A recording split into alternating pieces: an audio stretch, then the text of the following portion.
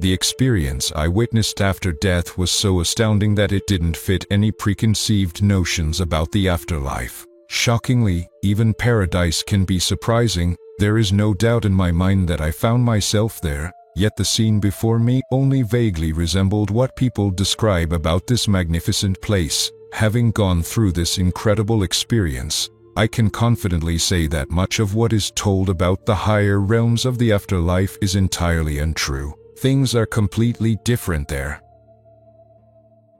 These words belong to a geologist named Arthur Jensen, who, by a twist of fate, found himself in the afterlife, specifically in the areas people usually call heaven. As a serious scientist, Jensen used to ridicule anyone who believed in the existence of the soul, let alone the reality of an afterlife. He rejected any religious or esoteric ideas. Everything changed in August 1932, when Arthur Jensen was involved in a car accident, which resulted in his heart stopping completely. During this incident, he experienced a near-death episode, during which he visited the otherworldly realms and returned with revelations that are breathtaking.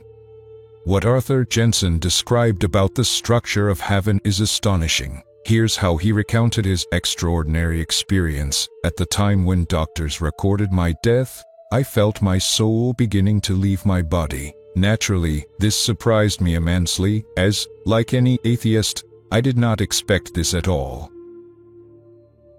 According to Arthur, when his soul separated from his body, he was slightly afraid. He thought that if he completely lost contact with his body, he would die irrevocably. But no matter how frightened he was, he could do nothing to influence what was happening. As he described it, fortunately, nothing tragic occurred. My soul, or consciousness, in short, my true essence, gradually and completely emerged from my body through the top of my head. I felt the connection with my flesh sever.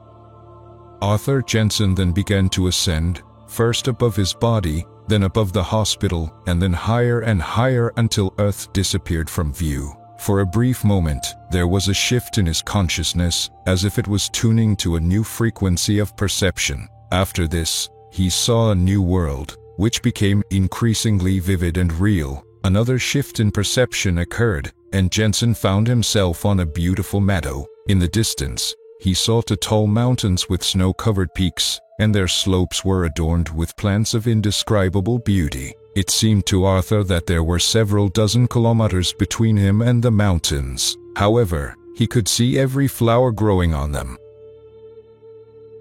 After some time, as Arthur's metaphysical vision, as he put it, improved hundreds of times, he could examine the surrounding landscape in greater detail. It filled his soul with awe and wonder. Then, he noticed people who appeared to be playing something. Feeling their gaze upon him, they stopped, and a few individuals from the group approached Arthur to greet him. Each of them seemed to be about 2,030 years old. Arthur admitted that he was mesmerized by how graceful and light they were.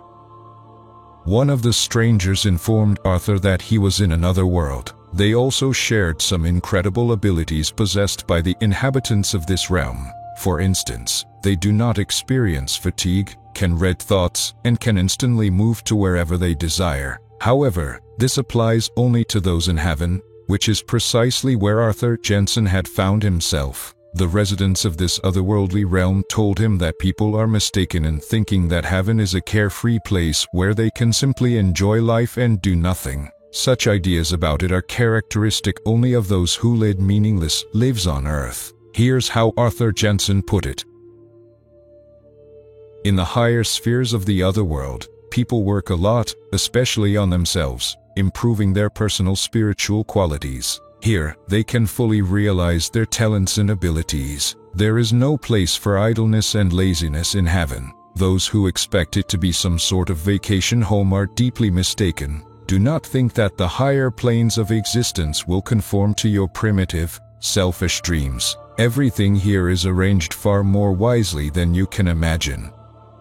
What Arthur Jensen saw around him amazed him, but at one point, he felt as if he had been there before. This is how he described the sensation. As I admired the splendor of the heavenly realm, I suddenly felt that this place was already familiar to me. Perhaps I had been here before. Then, a sudden realization came to me, and I remembered that this was my true home. In earthly life, I was merely a guest, a stranger yearning for my real home. While in heaven, Arthur Jensen understood much about the structure of the other world. For instance, he realized why this realm is eternal. It's because all its elements do not mix or decay as they do in earthly life. Each element is held in place by divine harmony and remains intact. Arthur completely abandoned his atheist views and couldn't help but ask the local inhabitants about God's appearance. To his surprise, no one had ever seen God, not because he doesn't exist but because God is so immense that even souls in heaven cannot behold the Creator. However, all of them, without exception, feel the powerful energy of love, goodness, and wisdom emanating from him. Arthur Jensen referred to this energy as super vibration. According to him, it comes from God and is used to control the entire universe and maintain order within it. Moreover, this super vibration permeates everything, which is why it is said that God is present in every particle of creation. In heaven, Arthur Jensen realized a simple truth: to understand God, one must be as great as he is, and to achieve this, one must tirelessly strive for self-improvement. This is the true purpose of heaven, not a place for idleness. Heaven is the joy of intense spiritual work that brings one closer to the Creator.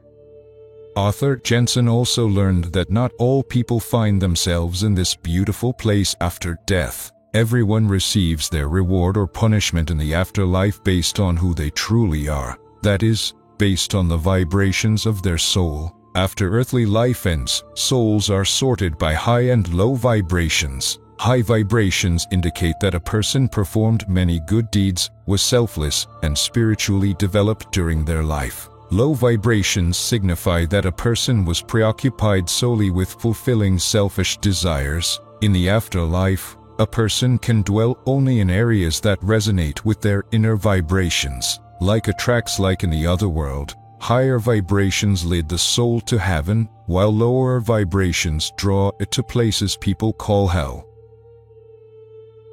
Arthur Jensen described hell as follows: some think hell is a place of eternal cold, while others believe it to be a fiery inferno. Both are correct. There, it is indeed cold, but this cold is not physical, it is subtle and material. It is caused by the fact that souls residing there exist on the lowest possible vibrations. As a result, they perceive the surrounding space as something icy. Low vibrations are associated with qualities such as hatred, greed, selfishness, malice, cynicism, indifference, and so on. On the other hand, these unfortunate souls retain their earthly desires, which they can no longer satisfy because there is no coarse matter in the afterlife. These sinful inclinations create a fire within the soul, a flame of eternal dissatisfaction. Thus, the soul experiences icy coldness externally and fiery torment internally. However, these dark regions are not hopeless. Higher beings occasionally descend to these areas to guide those ready to repent and begin their ascent to true paradise. During one of his conversations with his new acquaintances in heaven, Arthur noticed that his mind was becoming increasingly clear. He realized that everything in earthly life has its purpose. At that moment, one of his heavenly companions informed him that he must return to earthly life. This caused great distress for Arthur Jensen, as he did not want to leave this wondrous realm. He begged to stay, but the inhabitants of the other world remained firm. He was told that important work awaited him on earth. One of the beings said to him, "The time will come when there will be great confusion, and many people will need your spiritual guidance. Once your work on earth is complete, you will be able to return to this beautiful world and stay here forever."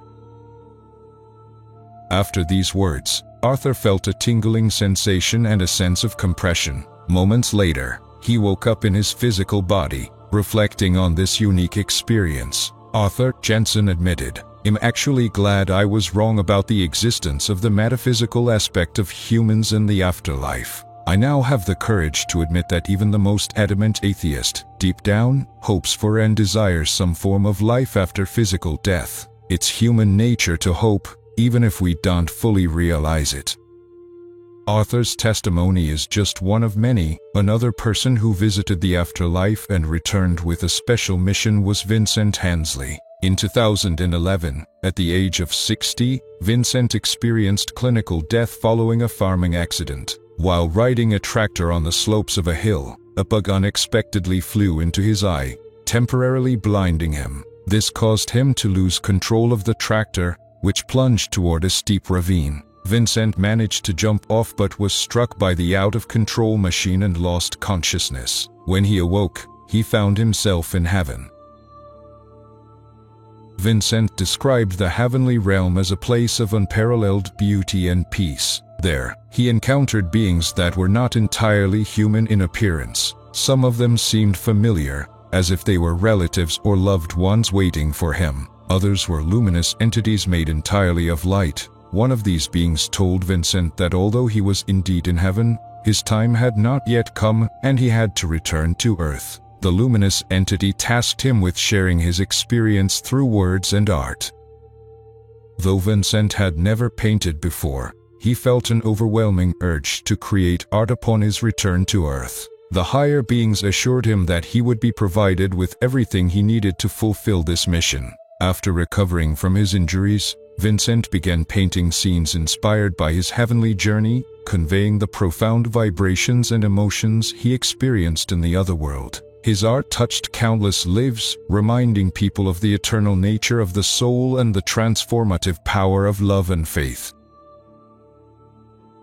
Vincent's journey in heaven included glimpses of ethereal landscapes. He remembered fields filled with flowers emitting radiant light, rivers that seemed to sing with a gentle hum, and skies painted with colors unknown to Earth. These sights were accompanied by a deep sense of peace and belonging, feelings that he struggled to express upon his return. The beings in heaven assured him that his role was not only to paint but to share the truth about the afterlife, that it is not the end, but a continuation and elevation of the soul's journey.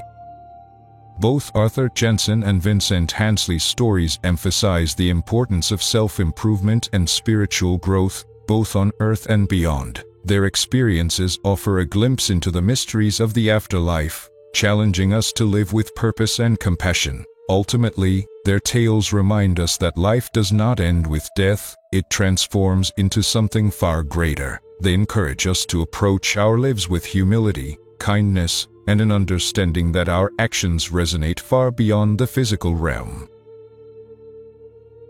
Subscribe to our journey of exploration, where we unveil the mysteries of the afterlife and the boundless realms beyond. Together, we will dive into the secrets of existence, uncovering truths about life, death, and the infinite possibilities that await. Let us embark on this fascinating quest and discover what lies beyond the horizon, hand in hand.